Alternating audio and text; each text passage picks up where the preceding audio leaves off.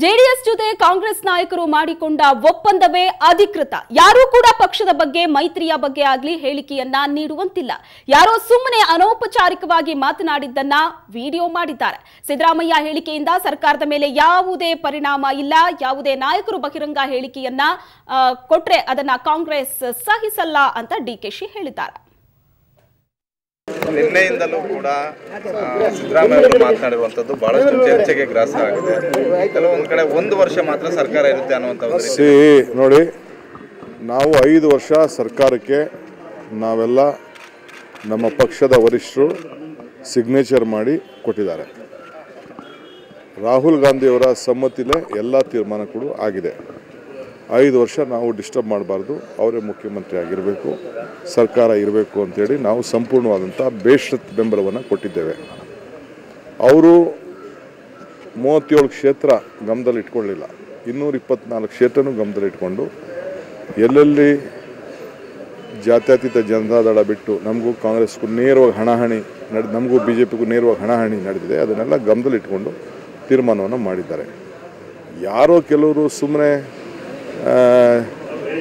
ಒಳಗಡೆ ಅನೌಚಿತವಾಗಿ ಸುಮ್ಮನೆ ಚರ್ಚೆ ಮಾಡ್ತಿರೋಂಥ ವಿಚಾರನ ಕಿಡಿಗೇಡಿಗಳು ಒಂದು ಕೆಲವರೆಲ್ಲ ರಿಲೀಸ್ ಮಾಡಿ ಪ್ರಯತ್ನ ಮಾಡ್ತಾಯಿದ್ದಾರೆ. ಇದು ಯಾವುದೂ ಅಧಿಕೃತ ಅಲ್ಲ. ಅಧಿಕೃತ ಏನು ನಮ್ಮ ವೇಣುಗೋಪಾಲ್ರವರು, ರಾಹುಲ್ ಗಾಂಧಿಯವರು, ನಮ್ಮ ಪಕ್ಷದ ವರಿಷ್ಠರು ಏನು ತೀರ್ಮಾನ ಮಾಡಿ ನಾವೆಲ್ಲ ಸೇರಿ ನಿಮಗೆ ಅಶೋಕ ಹೋಟ್ಲಲ್ಲಿ ಏನು ಸಿಗ್ನೇಚರ್ ಮಾಡಿರೋಂಥ ಏನು ಒಂದು ದಾಖಲೆ ಕೊಟ್ಟಿದ್ದೇವೆ ಅದು ಮಾತ್ರ ಊರ್ಜಿತನೇ ಹೊರತು ಬೇರೆ ಯಾವುದು ಊರ್ಜಿತ ಅಲ್ಲ. ದಯವಿಟ್ಟು ಯಾರು ಕಾರ್ಯಕರ್ತರು ಇರ್ಬೋದು, ಮಾಧ್ಯಮದವ್ರು ಇರ್ಬೋದು, ಬೇರೆ ಅಧಿಕಾರಿಗಳಿರ್ಬೋದು, ಯಾರು ಗೊಂದಲ ಮಾಡ್ಕೊಳ್ಳೋಂಥ ಅವಶ್ಯಕತೆ ಇಲ್ಲ.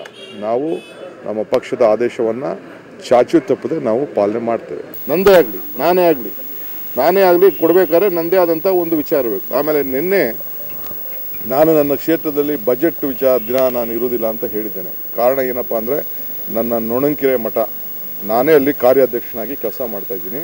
ಆ ಮಠದ ಒಂದು 6 ತಿಂಗಳು ಮುಂಚಿತವಾಗೇ ಎಲೆಕ್ಷನ್ ಮುಂಚಿತವಾಗೆ ನಾವು ದಿನಾಂಕವನ್ನು 5ನೇ ತಾರೀಕು ಅದನ್ನು ಪೂಜೆ ಮಾಡೋದು ಅಂಥೇಳಿ ತೀರ್ಮಾನ ಆಗಿತ್ತು. ಗವರ್ನರ್ ಅವರು ಅದಕ್ಕೆ ಡೇಟ್ ಕೊಟ್ಟಿದ್ದಾರೆ. 5ನೇ ತಾರೀಕಿಗೆ ಗವರ್ನರು ಅಲ್ಲಿ ಬರ್ತೀನಿ ಅಂತ ಡೇಟ್ ಕೊಟ್ಟು ಉದ್ಘಾಟನೆ ಮಾಡ್ತೀನಿ ಅಂತ ಹೇಳಿದ್ದಾರೆ. 1ನೇ ತಾರೀಕಿಂದ 5ನೇ ತಾರೀಕುವರೆಗೂ ಅದು ನಡೀತದೆ. ಸೊ ಪಕ್ಷ ಭೇದ ಮರೆತು ಎಲ್ಲರೂ ಕೂಡ ಇರ್ತಾರೆ. ಸೊ ಅದಕ್ಕೆ ನಾನೊಂದು ಲೀವ್ ರಿಕ್ವೆಸ್ಟ್ ಮಾಡ್ಕೊಳ್ತಾ ಇದ್ದೀನಿ. 5ನೇ ತಾರೀಕು ಬಜೆಟ್ ಪ್ರೆಸೆಂಟ್ ಮಾಡೋದಿನ ನಾನು ಇರುವುದಿಲ್ಲ ಅಂತ. ಯಾರು ತಪ್ಪು ಅದಕ್ಕೆ ನಮ್ಮ ಕಾರ್ಯಕರ್ತರಿಗೆ, ನಮ್ಮ ಕ್ಷೇತ್ರದ ಎಲ್ಲ ಕಾರ್ಯಕರ್ತರಿಗೆ ಅವ್ರಿಗೆ ಅಭಿನಂದನೆ ಇಟ್ಕೊಂಡಿದ್ದೆ. ನಮ್ಮ ಕಾರ್ಯಕರ್ತರಿಗೆ ಅಭಿನಂದನೆ ಇಟ್ಕೊಂಡು ಆ ಸಂದರ್ಭದಲ್ಲಿ ನಾನು ವ್ಯಕ್ತಪಡಿಸಿದ್ದೇನೆ ಹೊರತು ಯಾವ ಥರದ ಅಪಾರ್ಥ ಬೇಡ. 2ನೇ ತಾರೀಕಿಂದ ಸೆಷನ್ ನಡೆಯುವವರೆಗೂ ಇದ್ದು ನನ್ನ ಡ್ಯೂಟಿ ನಾನು ಮಾಡ್ತೀನಿ. ಅವತ್ತೊಂದಿನ ಕೆಲವು ಗಂಟೆಗಳ ಕಾಲ ಬಹುಶಃ ಬರಲಿಕ್ಕೆ ಪ್ರಯತ್ನ ಮಾಡ್ತೀನಿ. ಯಾಕೆಂದ್ರೆ ಅಲ್ಲಿಂದ ಏಕದಮ್ ಬರೋದು ಸ್ವಲ್ಪ ಕಷ್ಟ ಆಗ್ಬೋದು ಉದ್ಘಾಟನಾ ಸಂದರ್ಭದಲ್ಲಿ. ಯಾಕೆಂದರೆ ಟೈಮ್ ಎಲ್ಲ ಫಿಕ್ಸ್ ಆಗಿಬಿಟ್ಟಿದೆ. ನೋಡೋಣ, ಹೆಲಿಕಾಪ್ಟರ್ ತೊಗೊಂಡು ಏನಾದ್ರು ಬರೋಕ್ಕಾಗ್ತದ, ಗವರ್ನರ್ ಜೊತೆ ಬರೋಕ್ಕಾಗ್ತದ, ಒಂದು ಪ್ರಯತ್ನ ಮಾಡ್ತೀನಿ.